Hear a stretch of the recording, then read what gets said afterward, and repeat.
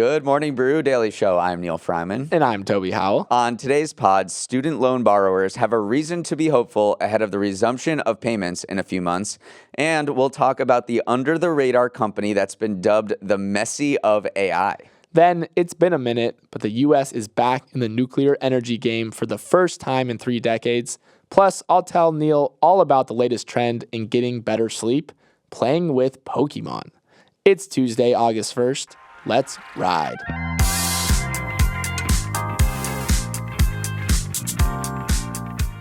Toby, you're back. Yesterday, I said to Kyle on the show that you'd complain about the elevation in Utah. And sure enough, the first thing you said on our Zoom call yesterday was that the elevation was getting to me. I'm getting way too predictable, but it's true. Like I was walking upstairs, I'm just like, oh, dang, I'm not as fit as I used to be. But yeah, Utah was great. Salt Lake City is incredible. And I realized I'm a huge wedding crier. Like it was one of my best friends. I know, I didn't expect it, but I was a groomsman. I was standing up there. And honestly, when I looked at my friend's mom who's getting married, I just broke down in tears because like she was crying. So I guess I'm a wedding crier. That's so cute. I know. You need to become a podcast crier. Once we hit our 1,000th episode, you know the waterworks are flowing. I've never cried at a wedding. Or a podcast. I wonder if I'll cry at my own wedding. We'll see about that. In other news, just a few hours ago, the U.S. women's national team drew Portugal, which means that they still will advance to the knockout round, but it was a squeaker. I know. One of the best parts about doing this podcast is we're up early, so we got to kind of bathe in that tension of the last few minutes. So there's perks to the podcast game, Neal. Yeah. So they're moving on, and they just got to play a little bit better. All right, let's get to our first story. Starting off with some good news for all you student loan borrowers who thought you were left with no options after the Supreme Court kicked President Biden's forgiveness plan to the curb. The administration yesterday launched the beta website for an income-driven repayment plan that can lower your monthly bills and decrease the amount you have to pay back over the lifetime of your loans. For millions of Americans, it will reduce monthly payments to zero. Surprised? This thing called the SAVE Plan has been lurking in the shadows while the Biden administration pursued its doomed program to wipe out up to $20,000 in student loans. While the Supreme Court rejected that earlier this summer, the SAVE Plan has moved forward and will be in full swing by next year. This concept of income-driven repayment plans is not new. There are several programs in existence that base loan payments on a borrower's income and family size, regardless of how much student debt they owe. But this SAVE plan offers some of the most lenient terms of all, saving the typical borrower $1,000 per year. And it shows how Biden is still trying to notch a student loan victory after the big promises that he's made. Yeah, I mean, this sounds really good on paper, obviously, especially if you have student loan debts. The big asterisk is definitely the cost of it. So the SAVE plan is estimated to cost the federal government between $138 billion and $361 billion over the next 10 years. But in comparison, Biden's last student loan forgiveness plan was expected to cost around $400 billion. So maybe it's a bargain if you consider anything that has a $361 billion price tag a bargain. But yeah, it does seem weird, though, that we did this whole song and dance with his previous program when this one has much stabler legal footing and has a much better chance of actually coming to fruition. It's just the way they went about it. I think they went through the proper channels of going through the education department in conjunction with Congress and the existing, and it's based on existing precedent. Right. Like there's what Biden did with the 20,000 student loan forgiveness was go around Congress and do this executive action. And when you start doing that, that opens you up to a lot of legal troubles. This might face legal troubles, and there are opponents. A lot of the Republicans say, look, this is the same thing. You're making college free. The people who don't have student loans are being unfairly harmed. And they're probably looking for any plaintiff right now to go sue the administration. So we could see that coming. But it does appear like this has much stronger legal footing than Biden kind of going out on his own and invoking, the HEROES Act, which he did for the other payment plan. Yeah, there is a thing already called the Repay plan, which is revised pay as you earn, which is also an income-driven repayment plan. So again, this is just building upon that, and it's increasing the threshold for what you qualify as. And again, the argument of paying for free college, which is a lot of what Republicans are pushing back against this for, it's still like the income threshold is $32,000. So it's not exactly like the elite or anything. That's to have your payments like literally reduced to zero. Right. And again, like $32,000 a year is not, you're not raking in the dough. So that narrative always seems like a little bit, I don't know. To me, it always seemed a little bit overblown that you're paying for free college for the elite. But yeah, it's great for millions of Americans. And it's great for any company too that relies on discretionary spending, because like we saw the Chipotle CEO talking about how would this impact burrito sales, because again, this puts money back in people's pockets, money that could be going to burritos if you're Chipotle. Yeah. Well, he was like, I don't think it's going to take a hit. So a lot of retailers are bracing for this resumption of student loan payments after more than 3 years where nobody's had to pay anything. And they're, everyone's a little curious about how it's going to play out and how much spending is going to take a hit. There are forecasts that, let's just talk about the restaurant industry, that it's going to wipe out $11 billion in annual sales, and which amounts to 2% of all sales. But I thought this is the funniest part about that interview where he was talking about the student loan impact was he's like, I don't think, millennials who have to pay student loans are going to skimp on a $9 burrito. I was thinking to myself, what? In what Chipotle is there a $9 burrito? I'm 14 plus easy. Maybe it's because we put too much guac in. I think we're guac guys. All right, Neal, let's move on to our next story where we have some big news out of Georgia, where the first new nuclear reactor to be built from scratch in decades has officially opened.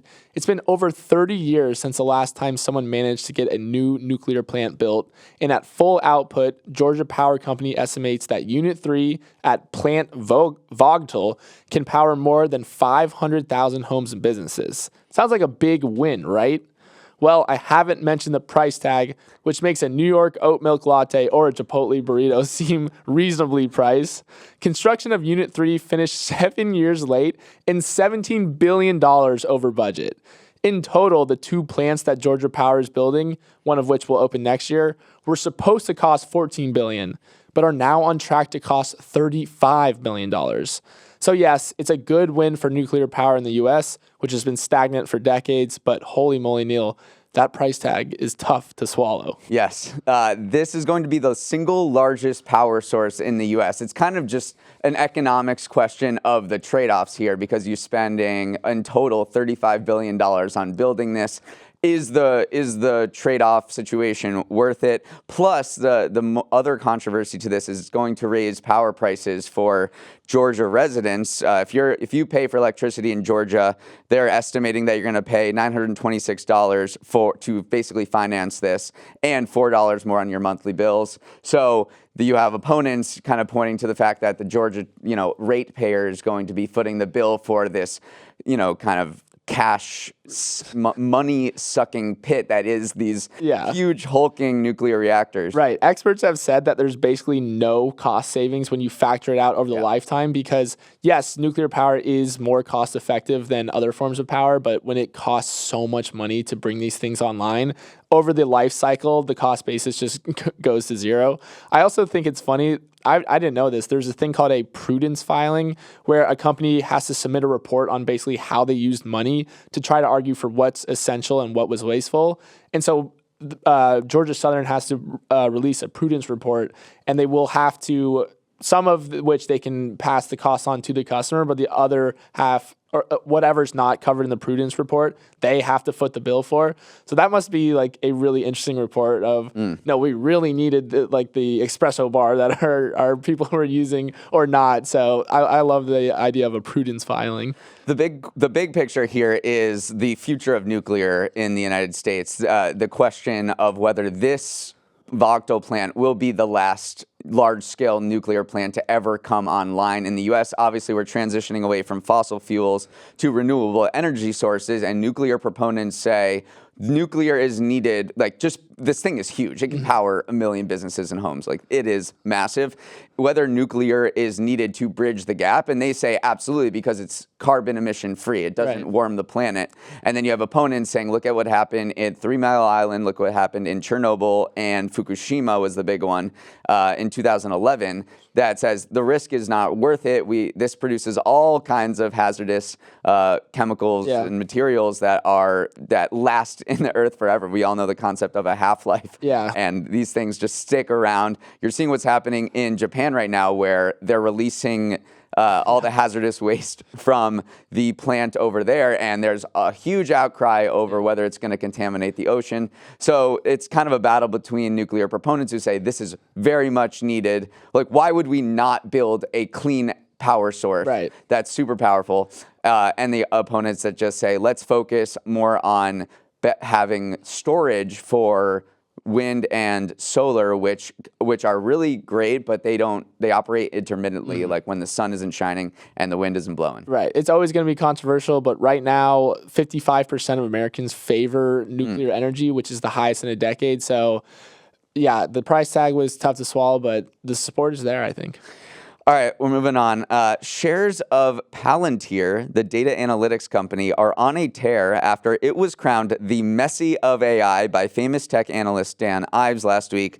The stock soared 11% yesterday and is up an astonishing 211% this year. So why is Palantir the Messi of AI, according to Ives? Because like the Ronaldo of AI, Microsoft, and the Pele of AI, NVIDIA, Palantir is in an enviable position to capitalize on the gold rush, where every CIO of a major company wants to integrate generative AI into their systems to make them work smarter. During Palantir's first quarter earnings call, CEO Alex Karp said that demand for its new AI platform is without precedent. Zooming out, Palantir is a fascinating company that zagged where Silicon Valley has zigged. First of all, it was co-founded by controversial tech investor Peter Thiel, who, let's just say, has different political views than most of his peers. Plus, not all that much is known about Palantir's work because it's part of that good old military-industrial complex. The company is best known for working with military and intelligence agencies for integrating AI into our defense apparatus.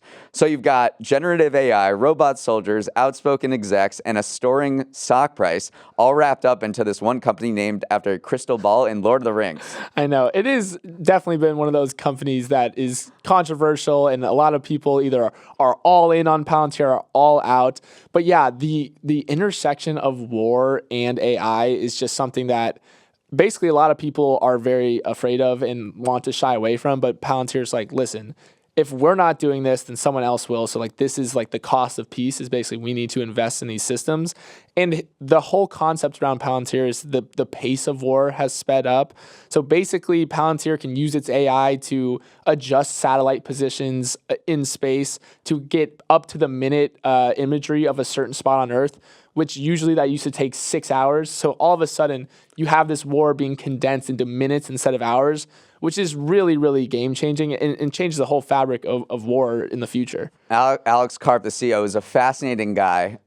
Apparently, he has 7% body fat, which is akin to Michael Phelps at the 2008 Olympics because he cross-country skis so 5+ hours a day. Yeah. Really interesting guy. He wrote this op-ed recently, last week, in the New York Times, kind of defending AI development at a time when a lot of experts are saying we need to put pause, and and he invoked Oppenheimer. Right. Actually, like a lot of people have been comparing the development of the atomic bomb right now to the development of AI, and mentioning how Oppenheimer regretted the development of the atomic bomb and said he had blood on his hands. And Karp was just talking about that and how that related to AI. And he's like, look, if we don't do this, then our adversaries will. Right. We don't have a choice. We need to invest in the West. Like, if you believe in the West and Western democratic ideals, then I'm sorry, like, this is the war. This is where the war is being fought. And if we didn't develop the atomic bomb, then maybe we wouldn't have defeated Japan and the Nazis in World War II. Yeah. And this is very similar to that. So, like, we got to do our own Manhattan Project here. Right. And then I actually think there's this utopian outcome that, again, I'm saying utopian because might be a fantasy, but there is a world in which the risk assessment that comes from these AI generated reports basically renders war moot, because you can just run a simulation and see how much casualty or how much it would cost in terms of human life, and the other side is doing the same thing, and so the war is just fought in the algorithms, Yeah. not actually on Earth. It reminds me of, do you know that scene from League of Shadows, the second Sherlock Holmes movie? No. Where Sherlock and Moriarty fight an entire battle in their heads and then they end up just not fighting it.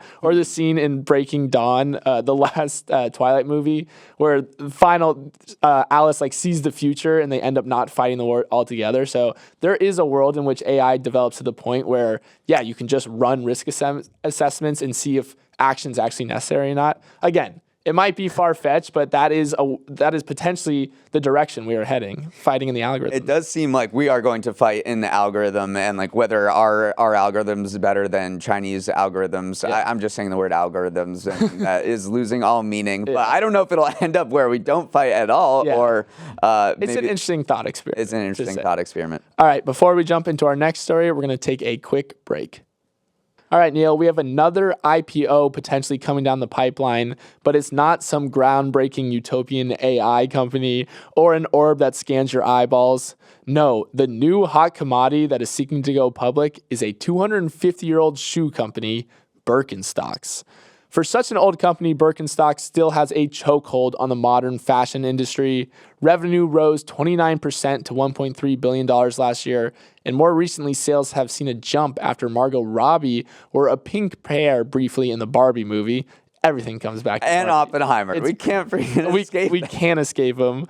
This IPO comes just 2 years after El Cateron, the family investment office of LVMH patriarch Bernard Arnault, acquired a majority stake in the company at a $4.9 billion valuation. El Cateron is hoping to take Birkenstock public at an $8 billion valuation, so not a bad little return for the on-again, off-again richest man in the world.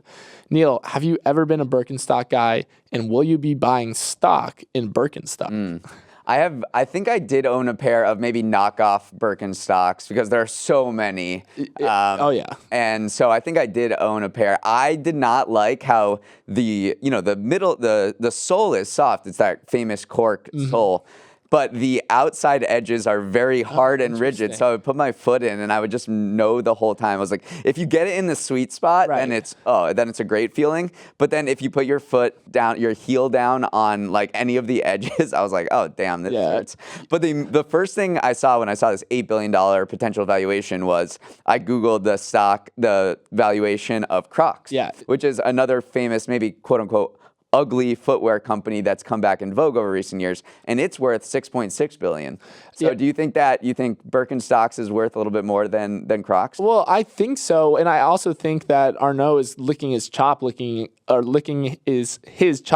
at Crocs because it is the ugly footwear that has just caught on in recent years, and people love like the comfort aspect of it, and like the whole point of it is almost to be ugly. It's like anti-fashion in a way. But yeah, Crocs had $1 billion in revenue for the second quarter, so Birkenstock is right in that. They're at the $1.3 billion. So they're right in the same range. I do just want to talk about Birkenstocks because this shoe is kind of like a chameleon. It's been very hard to kill. So it started in Germany 250 years ago. It's always prioritized comfort and function over looks, but it caught on in various counterculture groups from skaters to surfers to Deadheads, which are Grateful Dead fans. But then Kate Moss wore them in the 90s and they kind of exploded in popularity. Then in the 2000s, you saw Jude Law and Gwyneth Paltrow wearing them. And then high fashion totally embraced them with Rick Owens, Dior, Manolo Blahnik, which my girlfriend taught me how to pronounce that yesterday. And they did collabs with them, raising their profile. And then plus they're also very gender neutral and very unisex, which has kind of been in style recently as well. So Birkenstocks are just, they've been embraced by so many subgroups that they're really hard to kill because like they keep having this enduring. They are appeal. high fashion. Yeah. It's a clog girl summer. I love that. It really is. I need Tevas to come back. Like, like they are big out west. Like I'm sure you saw them in Park City, like Chacos. I saw people playing pickleball in them. Yeah, those are so popular out west, but they have not been embraced by the Dior's or the Manolos of the world. Just you wait. All right, Neal, let's move on. We are back with another edition of Toby's Trends, where I, a young, dumb, and blonde Gen Zer, teach you, an older, wiser, and less blonde millennial, about a trend that has been going around the interwebs. Today's trend focuses on something that you and I'd hold very near and dear to our hearts, and that is sleep. There's a new video game from developer Niantic called Pokemon Sleep, which, as you can likely deduce, combines classic Pokemon characters with a sleep tracking app. The app recently hit number 6 on the Apple App Store, so I want to tell you and the listeners a little bit about it. The game uses your phone's accelerometer and microphone to track your sleep habits. The actual gameplay starts when you get a Snorlax, which is a type of Pokemon, to observe its sleeping patterns. Then that Snorlax attracts other Pokemon as you sleep, and the more and the better you sleep, the more and better Pokemon you can attract. When you wake up in the morning, you see which Pokemon comes by, and then you have to feed your Snorlax and do a bunch of other stuff to upgrade its drowsy power so you can attract better Pokemon. So people have started to play it and say it's actually working for them. It doesn't really improve the quality of your sleep, but what it does do is make you excited to wake up and see which Pokemon dropped by. The app also immediately makes you do something upon waking up, so people are saying instead of doom scrolling or something like that, it jolts them awake and gives them something to do. So Neal, this might be a must download for us if it helps us get out of bed in the morning. I was gonna say, do you wanna try this? I really do want to. I was actually one of the first Pokemon Go players too. Like I was fully in on that craze, and so I am interested to see what Pokemon Sleep does for me. Apparently, it's a really bad sleep tracker, though. I know. I was reading a few reviews, and they were like, "This thing is useless." I used to have a Fitbit, and it did a much better job of tracking my sleep and waking me up. So, if you're trying to look for a health app, then maybe this isn't the one. But if you are, a future Ash Ketchum or someone who really loves Snorlax, then maybe this is an app you might want to use. Yeah, people were calling it a little predatory too because it's kind of like gamifying your sleep. So people were trying to take like more melatonin so they got better sleep. And then also like the actual gameplay is not that fun because the majority of the time you're sleeping and then the time where you're awake, you're literally just like feeding Snorlax. So who knows? But I think Niantic, it just stays undefeated with targeting these like different health outcomes, basically. Like Pokemon Go is meant to make you walk. This is meant to make you sleep. And they're selling that $55 Pokemon gadget that you can press instead of hitting your phone to go to sleep. So Pokemon is just so good at monetizing its IP. And yeah, I'm definitely going to give this a try. All right, our final story. There's a famous tweet that goes like this. European out-of-office messages are like, I will not be working until September 18th. All emails will be automatically deleted. Americans, I'm in the hospital. Email responses may be delayed by up to 30 minutes. Sorry for the inconvenience. If urgent, please reach me in the ER at ... Obviously, the joke is that Europeans are known for taking vacation in the summer, while Americans are cold-hearted workaholics. But that might be changing, at least this year. According to a new Wall Street Journal article, Americans have learned to stop worrying and are actually taking vacations this summer. More working adults took vacation days in the first half of 2023 than they did in pre-pandemic years, according to data from the Labor Department. The number of employees who took vacation days jumped 11% in June compared to last year, while the amount of time they took off rose by 5%. Chalk it up to pent-up travel demand after COVID or what have you, but it does seem like more Americans are saying, screw this, I'm just going to be unreachable and you're going to have to deal with it. Yeah, I mean, this is a trend that makes a ton of sense to me because, no one had anywhere to go during the pandemic. And so I do think not only is there some pent-up demand and there might be some pent-up savings too from the student loan cost being deferred for a minute, but also there's like a psychological release that over the last couple of years, we've been so pent up. So I feel like people are just more prone to just saying, I'm checking out, I'm going to Europe. Yeah, but the world was open last year and these figures were, 11% more time using your PTO over last year. So I don't know if it's just like a pent up COVID thing because, you could travel last year. To me, it's just that more deep seated rethinking of work-life balance. Right. And so I think this is more a fundamental shift. Like you're seeing the lazy girl job blow up and, the Chinese youth are laying flat that we talked about. So it does seem like people are just kind of overall reevaluating their workaholic stance and are just kind of going off the grid for a few weeks. Also, this is very relevant because I was just at a wedding, but the destination wedding market is exploding too. It grew from $21.3 billion last year to $28.3 billion this year. And again, these things are what a lot of people's vacation days are being used up for, as I can attest to. And how about this? The average cost of a wedding in the U.S. is $30,000, which is crazy to me. And then the destination wedding average cost is $35,000. So these things are just absurdly expensive. That's a low ball estimate. Especially for guests too. That's low. Yeah, I would agree so as well, because also the average spend per person for the guests is between $600 and $1,300, which I can definitely attest to. Like wedding season, man, it really breaks the bank and eats into those vacation days. Luckily, so many of my weddings are in New York City. You're summer. so lucky. I've never had that. I've never slept in my bed after a wedding before, and I cannot wait for it. That's gonna wild. be amazing. Not me. All right, we have to wrap it up there. I hope everyone has a wonderful Tuesday, and it's August 1st, best month ever. If you want to write in and let us know where you stand on Crocs versus Birks, our email is morningbrew@morningbrew.com. Emily Milliron is our editor and producer. Samantha Velez and Raymond Liu are our associate producers. Uchenna Ogu is our technical director. Billy Menino is on audio. Hair and Makeup is feeding treats to its Snorlax. Devin Emery is our chief content officer, and our show is a production of Morning Brew. Great show today, Neal. Let's run it back tomorrow.